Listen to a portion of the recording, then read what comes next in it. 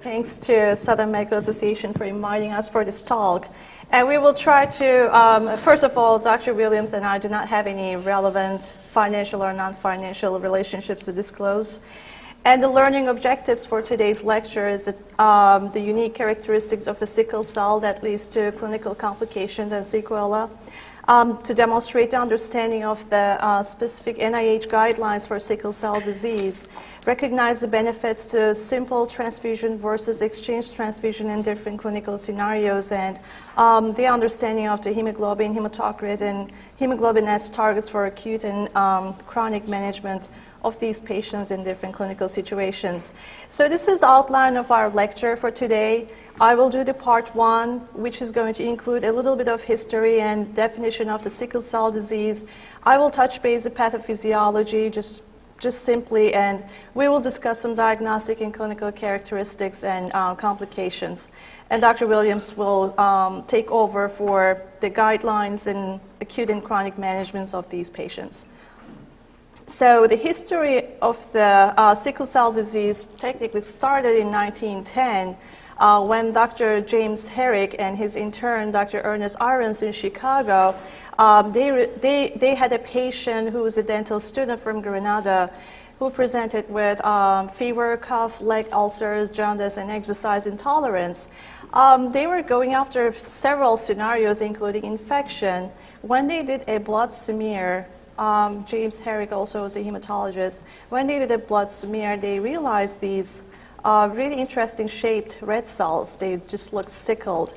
That's how they discovered sickle cells, just based on this dental student. And the research and investigation just has continued until today. This is a very prevalent and very common disease in certain regions of Africa.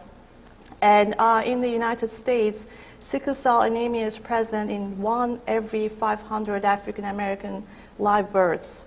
And 1 in 12 African Americans have sickle cell trait, which is a milder form of the disease. So sickle cell mutation is a very simple mutation. In the DNA level, there is a miscodon insertion, and it leads to misinterpretation due to the DNA. And there is a valine amino acid in the mutant protein instead of the glutamine. So that means that leads to a mutant hemoglobin structure. So this is normal hemoglobin structures with the alpha and beta subunits and heme units right here, and they make the discoid-shaped kind of round red cell. When there are mutant hemoglobin particles, these cells tend to sickle, and the hemoglobin is more clumped. So this is how the sickle cells occur in the peripheral blood. And this is a normal hemoglobin structure. Here is the alpha and beta chains. This is our normal red cell based on this. And we have the heme units, and this is a mutant unit. And this is a normal circulation with the red blood cells, again, discoid-shaped. We have white cells and platelets, and everybody respects each other in a normal circulation, right? Whenever there is sickle cell anemia, we have these red cells sickled, sometimes up to 80–90% of the cells are in this shape, and the clumping starts and the complications start from there. So the consequences of the sickle cell disease, this is the normal healthy, normal red blood cell, and this is a normal circulation in a blood vessel. And what happens with the sickle cell, like I said, these cells tend to clump, and they here aggregate at the smaller blood vessels, and they cause vasoocclusion. But with the research, recent research, we understood it wasn't that simple only. There is indeed clustering of the red cells and just obstructing the blood vessels and causing all these complications due to occlusion. However, there are other factors contributing to this, even maybe more than that. For example, whenever there is sickle cell clumping and sickle cell kind of vasoocclusion, there is a big cytokine storm in the body. So the cytokine storm causes the endothelial damage, and there is more consequences of that. And we have a very important nitric acid metabolism disorder in these patients. sickle cells have a lot shorter lifespan. Whenever they are increased in numbers, there is this ongoing hemolysis in the spleen level or in the circulation even. So we have a lot of free hemoglobin remnants in the circulation. So this scavenges the nitric oxide. And there's a continuous inflammation and cytokine release that exhausts endothelial cell reserves for nitric oxide, and also the substrate for nitric oxide is depleted. So this all contributes into all these complications we will going to talk about. So the simple diagnostic workup for these patients, we all, of course, have now screening for the babies. But whenever you deal with the possible sickle cell patients, the first diagnostic workup, of course, is a complete blood count, CBC. So you will have a decreased hemoglobin and hematocrit depending on the level of the disease or complication. And MCV is going to be normal as long as it's just homogeneous sickle cell disease without any other combination. And you may have increased white cell count due to, again, cytokines or superimposed infections, and platelet count could be normal or low. LDH is going to be increased due to hemolysis, and you may be dealing with impaired liver and or renal functions.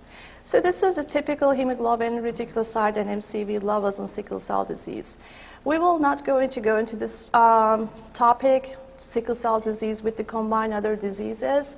I will just touch base. So sickle cell disease is the most important and a major form of the disease. This is very dangerous and life-threatening situation. So the baseline hemoglobin for these patients is 6 to 8 gram per deciliter in many patients. And the reticulocyte count is going to be very, very high due to hemolysis again. And MCV is going to be normal. These are normocytic normochromic anemia patients. Whenever there is combined beta thalassemia, beta plus thalassemia, or just beta thalassemia, the MCV is going to go lower. So this is a little hint. Every time there is a sickle cell patient with instead of normocytic normochromic anemia, if they have microcytic hyperchromic anemia, just please consider iron deficiency anemia or combined beta thalassemia. And also we have an SC disease where there is both hemoglobin S and hemoglobin C in these patients instead of hemoglobin A. They have a little higher baseline hemoglobin level, 10 to 14, and these are a lot milder forms compared to sickle cell disease. And this is the typical hemoglobin electrophoresis when we do it. In normal individuals, we have 98% hemoglobin A and about 2% hemoglobin A2. Hemoglobin F could be 1 to 3% in normal individuals. In hemoglobin S disease or sickle cell disease, A is completely replaced by hemoglobin S. So we don't have any normal A anymore unless the patient is transfused. And this is how it looks on the peripheral blood smear. Especially if you have beta thalassemia, you can see these target cells to increase target cells or hemoglobin S and C together. And these are our sickle cells due to impaired hemoglobin structure. So these are the clinical complications of sickle cell disease. It's a systemic disease, so it will affect pretty much every organ system based on that simple pathophysiology. So renal infarcts are very important. Cerebral strokes you have to be aware of in every patient with battling with this disease. Splenomegaly, it's going to happen, especially in the initial phases of the disease. Then it will change the phase further along. We'll talk about it. And vasoocclusion, like I said, that can cause ulcers in the legs, and especially where the small blood vessels are feeding. So vasoocclusive crisis is the most common clinical manifestation of this disease. There's tissue hypoxia leading to tissue death and pain, enormous pain. And the pain is often accompanied by fever. It's usually located in the lower back, chest, or extremities. And it can mimic acute abdomen, especially if it's a pediatric patient. The emergency physician may think that this is acute appendicitis type of picture. So episodes may be precipitated by dehydration, cold weather, infection. such as anything that giving the stress into the blood circulation, or sometimes spontaneously. And repeated attacks cause autosplenectomy. So these patients have, due to repeating vaso-occlusive crisis, the spleen is going to have multiple infarcts. In the end, they will just develop their autosplenectomy.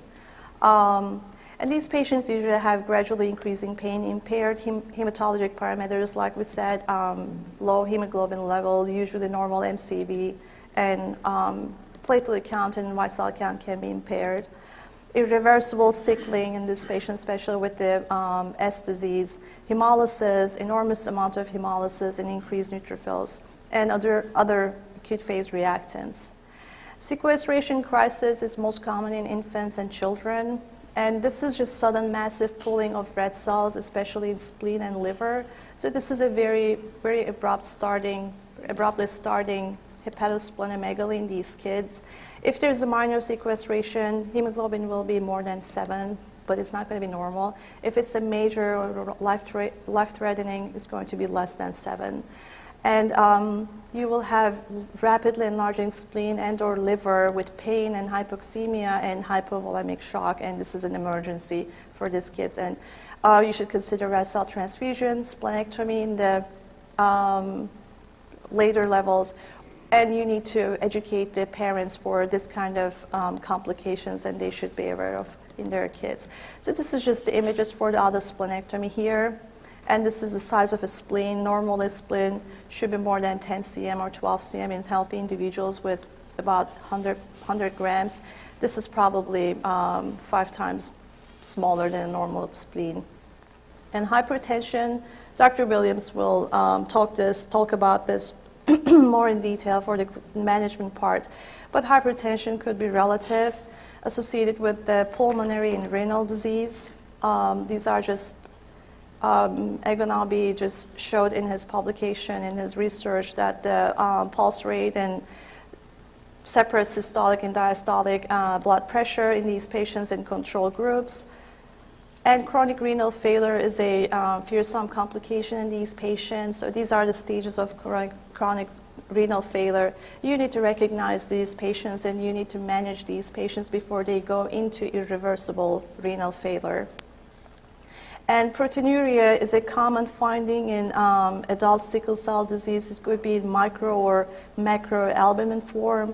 It's also seen up to 30% of the other types, like we said, with SC disease or combined beta thalassemia.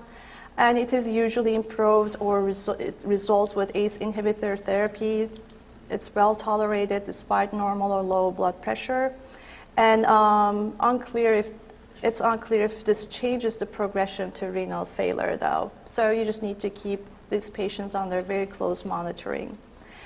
And the cerebrovascular accidents, large vessel ischemic stroke affects up to 10% of these patients by the age of 20. This is pretty sad situation for these patients. And adults at risk for CNS hemorrhage and moya-moya formation, which is the occlusion in the circle of Willis in the base of the brain, and it can cause aneurysms and massive hemorrhages in the central nervous system. So I will stop here and give the microphone to Dr. Williams, and he will talk about the guidelines and acute and chronic management of these patients.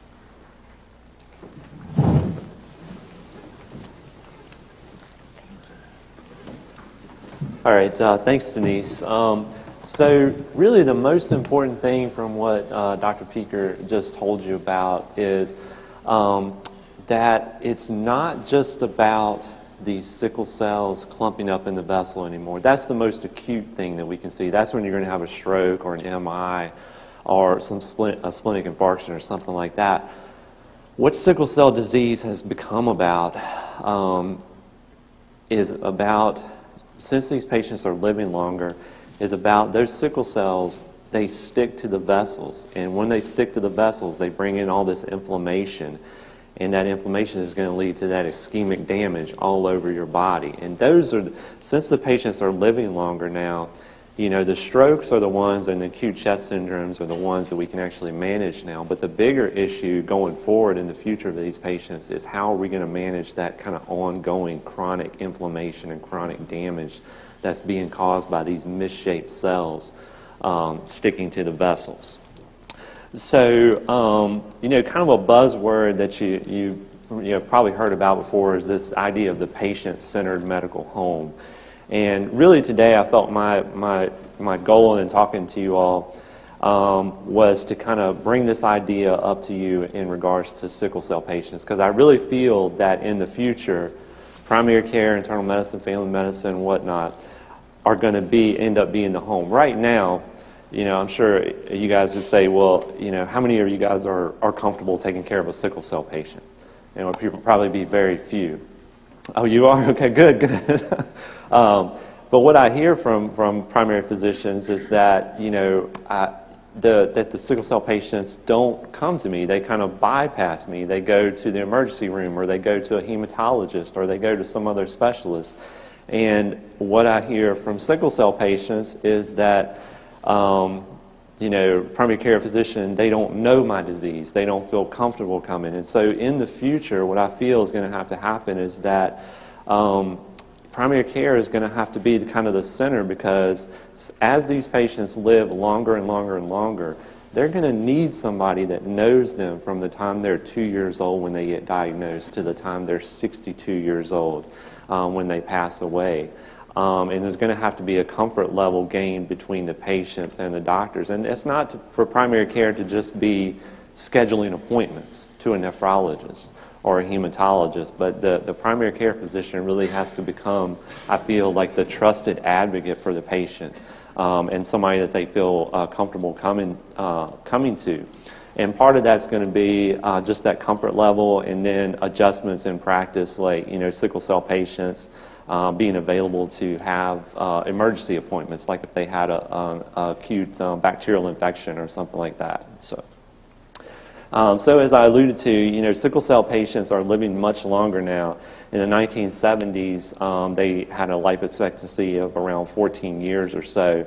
In recent studies, especially with the introduction of hydroxyurea into their care, they're living much longer now. The oldest sickle cell patient I know right now is 63 years old, but that is extremely old. But as I said, with that, before in the 1970s, they used to die before we saw any type of chronic complications from their disease or condition. But now, as they get older and older and older, we're seeing more chronic disease conditions, and we're going to have to figure out how to manage those. So now I'm going to go over just the NIH guidelines, and this is not meant to make anybody in the room an expert in how to manage sickle cell disease, like as a specialist, but it's more just to tell you, as a primary care, if it does come to fruition that you become the center of their care, what are some simple things that you can do to really make a difference in their care overall? So obviously vaccinations are going to be important, and we won't go over these in detail, but pneumococcal vaccination for children starting at the age of 6, or if you have pneumococcal vaccine naive adults, then you're going to want to get them vaccinated as well. And that especially becomes important if they have functional or anatomic asplenia, obviously. Haemophilus influenza type B vaccination is going to be important. You basically start that at age greater than 5, and then meningococcal vaccine as well. And bacterial prophylaxis, basically what you're going to do for this is you're going to give them oral penicillin prophylaxis. And you're basically going to take that up to when they get age 5, as long as they still have their spleen. And then just the rest of the guidelines kind of go in when you might start or stop that as well. Now, hypertension screening becomes very important because, as you know, over time, uncontrolled hypertension in itself can lead to renal disease, chronic renal disease, and renal failure over time. So where you want to catch these patients is basically if they get greater than 140/90, then that's when you're going to want to start treating them with antihypertensive agents. And the same thing basically goes for children. Now, the choice of what you use for these is a little bit up for debate right now. I think the most evidence supports ACE inhibitors for these patients. There are some camps out there that say that ARBs are the best choice for this, and that's because there's a debate on, in hypertension, are you trying to target the ACE inhibitor pathway, or the ARBs seem to be more reactive on nitric oxide and endothelin. So, but right now the most evidence exists for ACE inhibitors as far as treating the patient's renal dysfunction and hypertension. Now, this is probably the most important thing here is the chronic renal failure screening. Not only screening for proteinuria and creatinine and glomerular filtration rate, but in these patients, it's a little bit difficult, and some people who watch over kidney function may know this, but in sickle cell disease, their glomerular filtration rate can actually start going up and up and up, while their creatinine is still normal. That glomerular filtration rate, when it's extremely high and the creatinine is still normal, that's actually the place where you can still save their kidney. You can't wait actually until the guidelines actually say, well, Denise pointed out that kind of the criteria for the renal failure, once the GFR gets less than 30, then that signifies renal failure. Well, yeah, that's it. That's the end game. But actually on a sickle cell patient, if you start seeing their GFR going up and up and up, that's when you need to jump in with an ACE inhibitor or an ARB, kind of irrespective if they have any type of severe hypertension, because that's the point where you can potentially save their kidney. And Denise presented, the evidence that so far we don't know that ACE inhibitor can save a kidney in these patients. Well, it's really because it's not being recognized until the GFR is too low to save the kidney at this point. So that's one of the big things that I wanted to point out today is if you see that GFR trending up, the reason that it is just like in any type of like hypertensive kidney disease, is basically as the pressure goes up, you expand it out, that pressure is going to damage the renal tubules. Now, once so much damage has occurred, that's going to start shrinking it down, and then that's when the damage is irreversible at that point, because you've damaged the kidney so much, and then your GFR will start actually trending back down, and then your creatinine will start going up. So once it's showing you that the GFR is high, it's being, everything's being pushed through, that's when you can actually make a big difference in these patients. All right, and then, just all of these guidelines talk about, what you're going to measure in these patients. So almost like a diabetic, you want to catch this at where it's like kind of the microalbuminuria or microproteinuria phase. So the guidelines just tell you to start out there. If you see that that's positive, then you're going to evaluate them for macroproteinuria and then refer them on to a specialist to help them manage that. But it's really important just to kind of have those things in your mind. How much protein are they spilling? What's their GFR? Is it trending up? Can we still save this patient's kidney at this point? And again, here at the bottom, they mentioned that ACE inhibitor therapy is going to be your first choice at this point. And then I think my final thoughts on this is at the University of Alabama at Birmingham, we have a huge program dedicated to doing research on sickle cell disease. And what we're looking at right now is, are there other things other than like blood pressure? I mean, blood pressure is like, if you measure it down here, it could be a different number. If you measure it up here or up here, a lot depends on the measurement and the skill of the person measuring blood pressure. So we're actually looking at things like measuring endothelin as a more accurate measurement of how a patient's blood pressure is affecting their overall health. And so that could be coming in the next 5 or 10 years, a change in how we actually measure the blood pressure's effect on a patient's kidney health.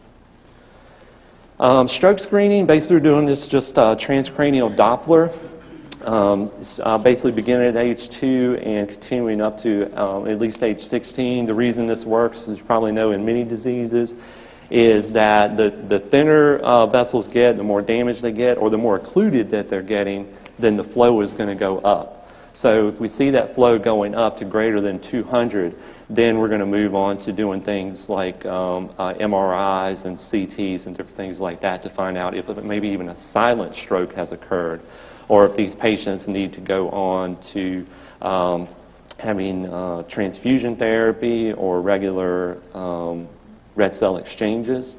So those are the basic numbers, but you're just going to start out with your transcranial Doppler, see what the flow rate is. If it's high, then you need to move on to evaluating the patient more closely. And then stroke management, basically any patient that comes in with sickle cell has a severe headache, altered consciousness, seizures, different things like that. You're going to want to evaluate them for a stroke, obviously, very quickly.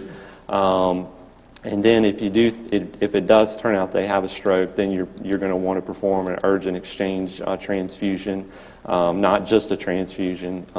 If they've actually had a stroke, you want to move to a full red blood cell exchange transfusion.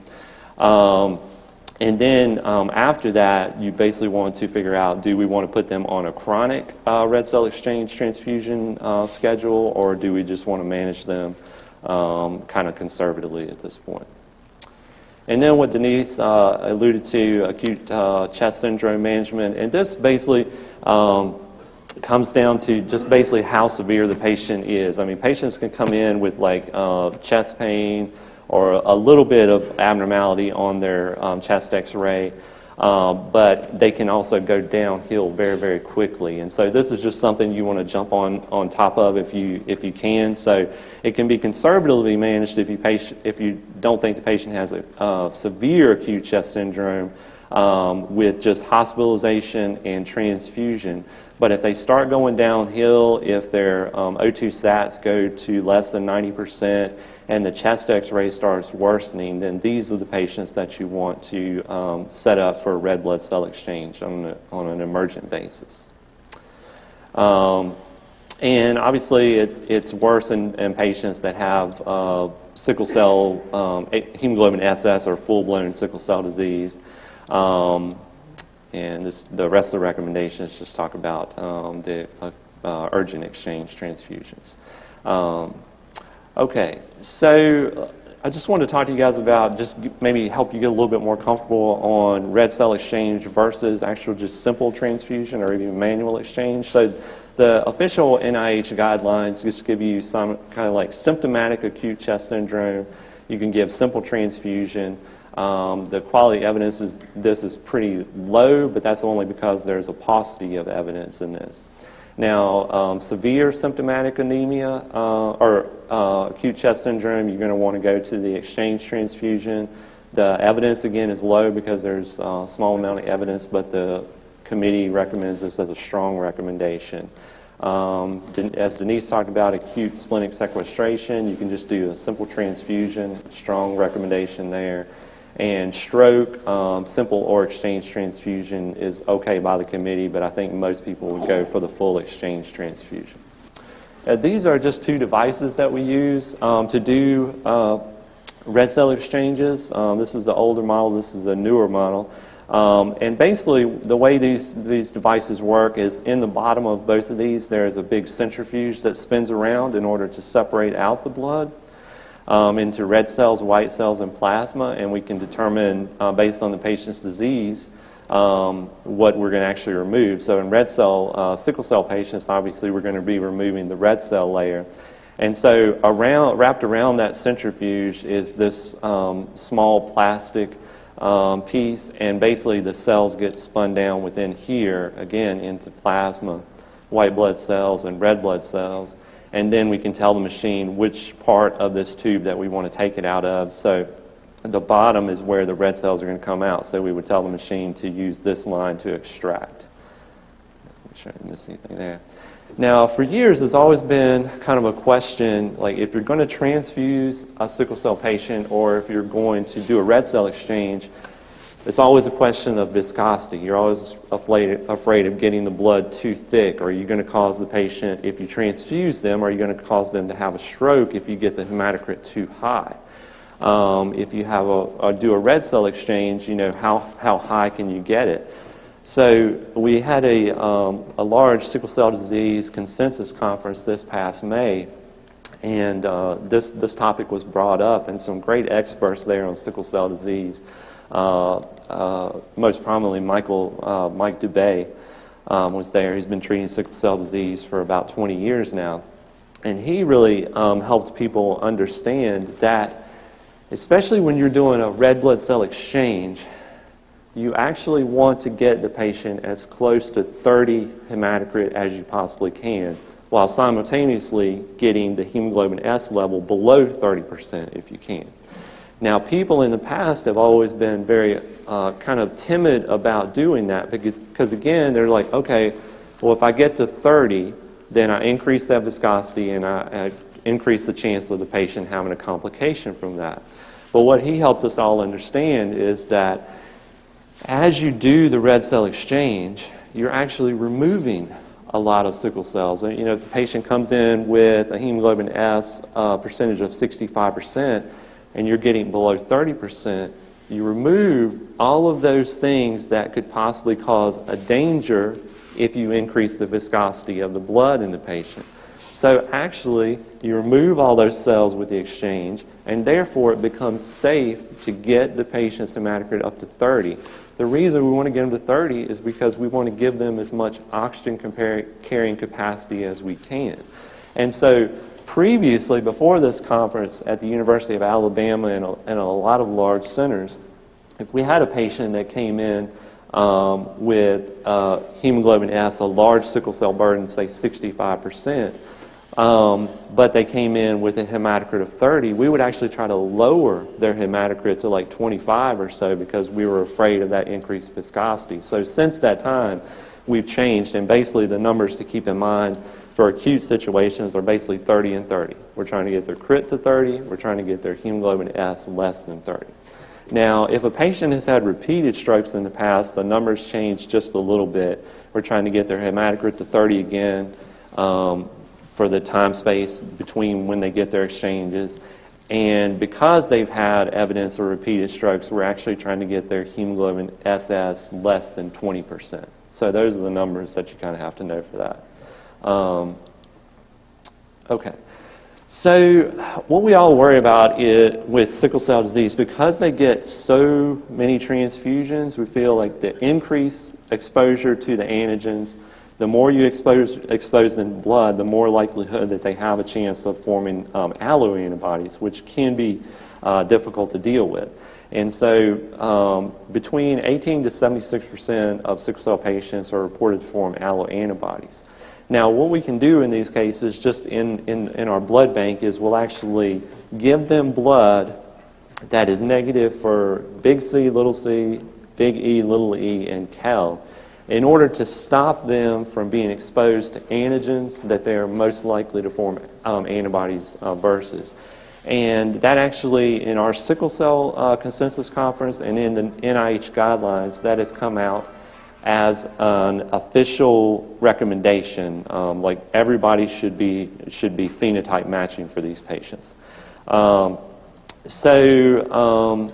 There have been studies that have shown, kind of confusingly, that patients that undergo red cell exchange versus transfusion actually form less antibodies. The reason we think that could be, and there's not enough evidence to say that's definitely true yet, is because if you put a whole lot of blood into somebody, some foreign blood, it may kind of overwhelm their immune system, and therefore they don't form the antibodies, versus if you just put one unit in them, then it seems like that they form antibodies more briskly, and the body's able to respond to that. But there's not enough evidence to say that definitively yet. So what I have for you now is a tool that I want to show you that myself and my colleague Dr. Pham developed to help physicians out.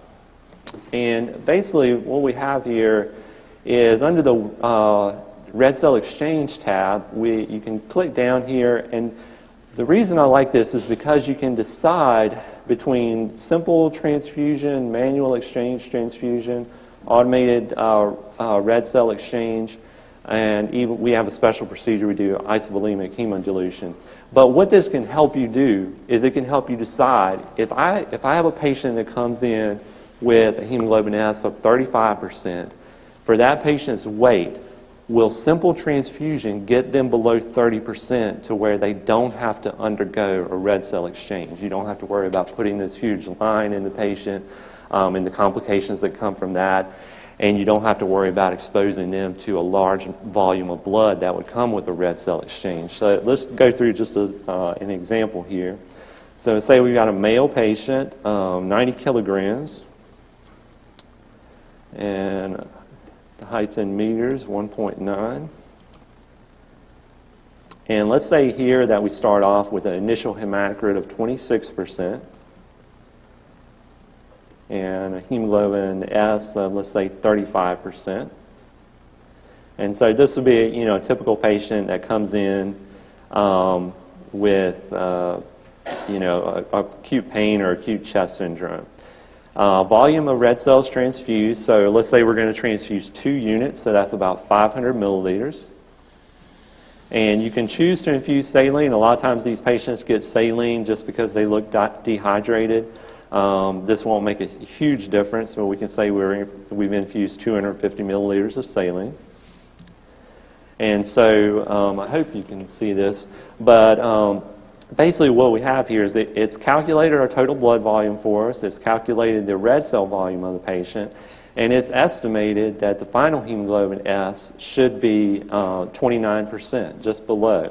Whereas the final hematocrit hasn't come up significantly. It's come up to 27%. So I think this will be very helpful for people if they're confused about or they're concerned about whether simple transfusion would actually decrease the hemoglobin S to a safe level for that patient for the acute situation that they're in. And so you could also go through this, like I said, for red cell exchange, and then for residents or fellows. We actually have one where it will just calculate the plasma volume for you if you're doing a plasma exchange for a patient.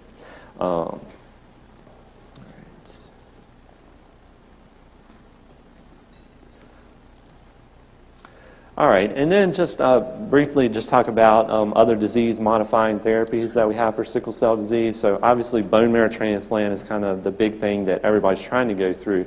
Problem is that not very many patients, sickle cell patients, even young ones, qualify for this. One thing is that you basically got to have sickle cell disease where you haven't had any really major events or very few major events, and then you basically have to have an HLA matched donor because as you guys know.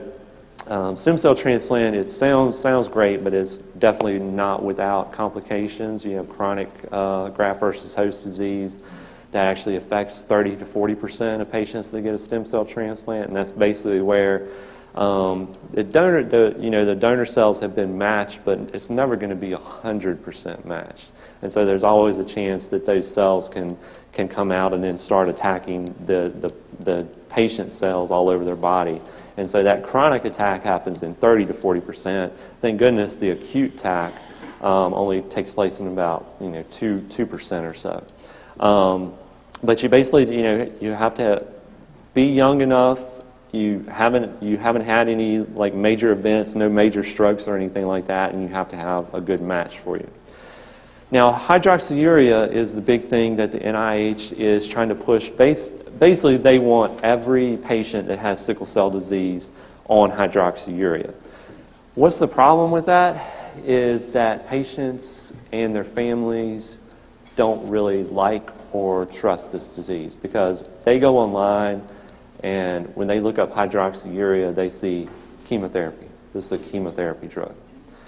And so they say, well, why in the world, I have sickle cell disease, why in the world would you put me on a chemotherapy drug? Well, the reason that they put them on a chemotherapy drug is because if they put them on a very, very low dose of hydroxyurea, what it helps to do, and it seems minor, but basically what it helps to do is it increases the hemoglobin F in their system, and it decreases the polymerization, the sickling of the cells that Dr. Peeker showed, and the resulting hemoglobin SS phenotype. Now, a typical dose of hydroxyurea will decrease if you think about 100% of cells. It could say, well, we have 75% hemoglobin S cells, but the hydroxyurea allows 25% of hemoglobin F to be produced. And that has a major effect on patients' life. It decreases the number of acute events they have, increases their overall feeling. So if a patient started on Hydrox, it takes about 2 to 3 months to see an effect. They basically have to take a small dose of this every day, and a lot of times compliance is a problem, especially if the mom and the dad don't kind of keep on the kid, or the kid is embarrassed about his disease. So they have to take it every day. The most important thing, especially in primary care, to monitor, if you have a patient on this, you need to monitor them for leukopenia. That's the most common side effect. So if they have that and it gets to a serious enough level, then you would discontinue hydroxyurea for this patient, or change the dose, decrease the dose. So like I said, if patients that are on this have shown a 50% reduction in acute pain events and acute chest syndrome. Still being studied, but a potential increase in the number of years that they live, and that's correlated with the hemoglobin F response. And but there's no evidence of reduction in chronic organ therapy so far in a large study there. So these are the official NIH guidelines with this. The takeaway from this is they want everybody who has sickle cell disease to try to get on Hydrox if possible. And they're really pushing that. Currently, in the U.S., there's probably only about 15% of patients with sickle cell disease on hydroxyurea. So the goal is basically to get 90 to 100% on Hydrox. And the reason for that, is, like I said before, is that patients don't quite trust the medication yet. And this just goes into more, what do you do with, infants? Basically, they want to get them on at about 9 months of age. And then at the bottom here, if the sickle cell disease patient is pregnant, then you discontinue the hydroxyurea. So this is I appreciate your attention. This is a very, very challenging disease, and it's very sad to deal with a lot of these patients, to see what they have to go through. I have one patient that says he actually, it's a matter of survival for him, like keeping his sickle cell disease a secret. He doesn't tell anybody because he's like in his neighborhood, people will use your disease against you, or use any weakness that they see against you.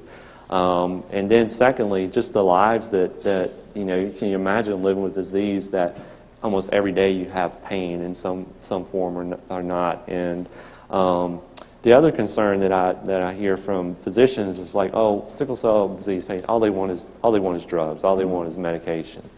And the sad thing about that is studies have shown that drug abuse or pain medication use is no higher in the sickle cell population than it is in the general population itself. And so these patients, I really never question, their sense of how they're doing.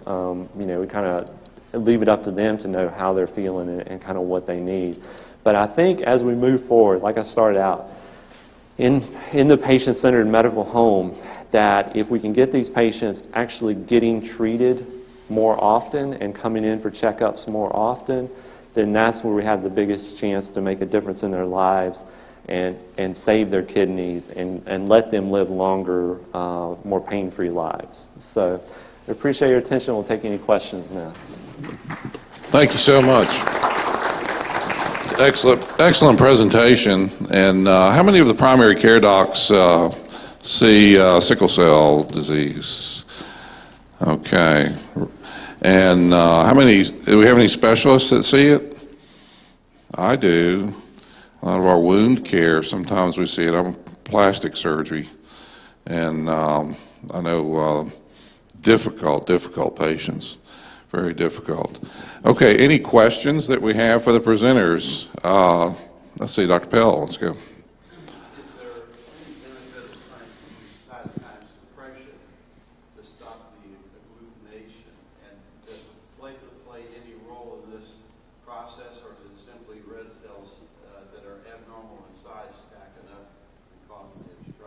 So it's about cytokine agglutination?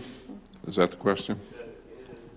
You something to suppress the cytokine response. We know that the fever is not due to simply glutination, that there's a cytokine effect. We all knew 40 years ago, but we have a direct way of approaching that, since that's one of the chronic inflammatory processes that seems to cause progression. Yeah, no, I definitely think that's the way. I don't know if it's being done anywhere, or hasn't been put out there, but definitely that's one of the future targets of a medication that might manage this, is how are you going to manage these cytokines that are bringing in these inflammatory cells that then cause this damage. I guess, I don't know if we'll ever be able to stop these sickle cells from sticking to the endothelium, but if, like you said, if we can stop the damage that occurs because they've stuck and stop these inflammatory mediators from coming in without making them leukopenic or causing any further problems. The second thing, platelets, I don't think that that's been investigated. Obviously, the platelets are important in causing the blockage that occurs because of the sickle cells blocking the vessel, but I don't know if there's anything in specific that's being released from the platelets that's being investigated right now. Yeah, and I want to add, probably the optimal situation for these patients, we cannot get rid of the sickle cell in these patients if the patient has SS disease. So they have no hemoglobin A production. So probably the optimal way, like you said, just to suppress the cytokine release and keep it in a baseline, and also decrease the sickle cell level to less than 30%. So that will be optimal to keep for a patient lifelong. Okay, we had another question right here. Go ahead. What will your recommendations be or guidelines for the pre-surgical patient?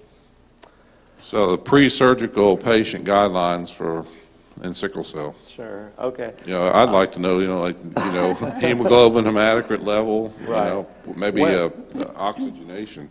Right. Yeah. So this is a bit of an area of controversy. I think most places feel safest doing a red cell exchange in these patients and getting them, to the hematocrit of 30 and the hemoglobin S levels of 30. So 30 and 30 again, basically. There are some people out there that say you don't need that. If you just transfuse these patients, if their hemoglobin is 8, let's say, if you just transfuse them up to a hemoglobin of 10, that you're safe. But I don't think anybody, especially a surgeon, wants to take that chance. And most of the time we end up doing a red cell exchange pre-surgery, especially if it's a serious surgery. Yeah. Question over here.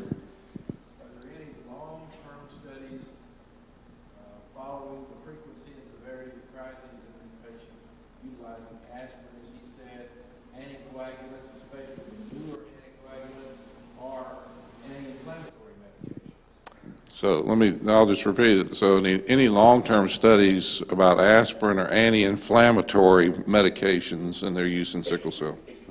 No, there's not right now. And, like I kind of alluded to, since the thinking has evolved to this is not just about a bunch of cells clotting together, it's about the endothelial damage, I imagine that is the direction that it will go in, and I think that's a really great point. And the reason I say that is because the crisis treatment is what we're talking about, but the fact is prevention would be the better treatment. Absolutely agree. And that's why the problem with the patients right now is that they have such a lifestyle, they don't utilize their primary care like they should, and they basically go in when they have a crisis. That's a lot of times the only time you see these patients. Now, we do have a group of patients, about 10 patients that come in for us for exchange every month, and we do have a very busy sickle cell clinic, but it certainly doesn't even touch the number of sickle cell patients that are out there. And that's why that's one of my main points today is we have to get on preventing the renal disease and the sequelae of this disease and improve these patients' lives. Yeah. Let's see in the back. Let's take that. First was, you said monitor patients on hydroxyurea for leukopenia. How often do you So monitoring patients on hydroxyurea. You're on hydroxyurea, you said you're on hydroxyurea, you monitor for leukopenia. Yeah. Right. How frequently?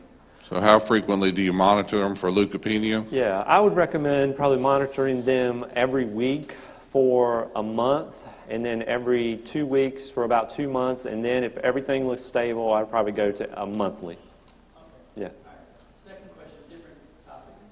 Patients who come in with acute stroke into the ER, any contraindications to using TPA in those patients? So TPA, sickle cell patients with a stroke. Is that the question? Wow. I don't know of any contraindications. Of course, I can't answer that 100%. I don't know of any, but yeah. Okay, Dr. Pell, you had another question? What about the use of sildenafil or anything like that to alter the nitrous oxide problems that these guys have? Yeah, that's been looked at as an option. I think with some success. The people that I alluded to that are studying sickle cell disease, especially the renal part of sickle cell disease, have looked at that because basically what happens is that in this kidney, the nitric oxide will actually go down, which is actually going to shrink the vessel if you have decreased nitric oxide. And the endothelin level will go up. So I actually think that they're more interested, or they think they're going to have more success in developing an endothelin blocker. But there are physicians out there that are actually giving their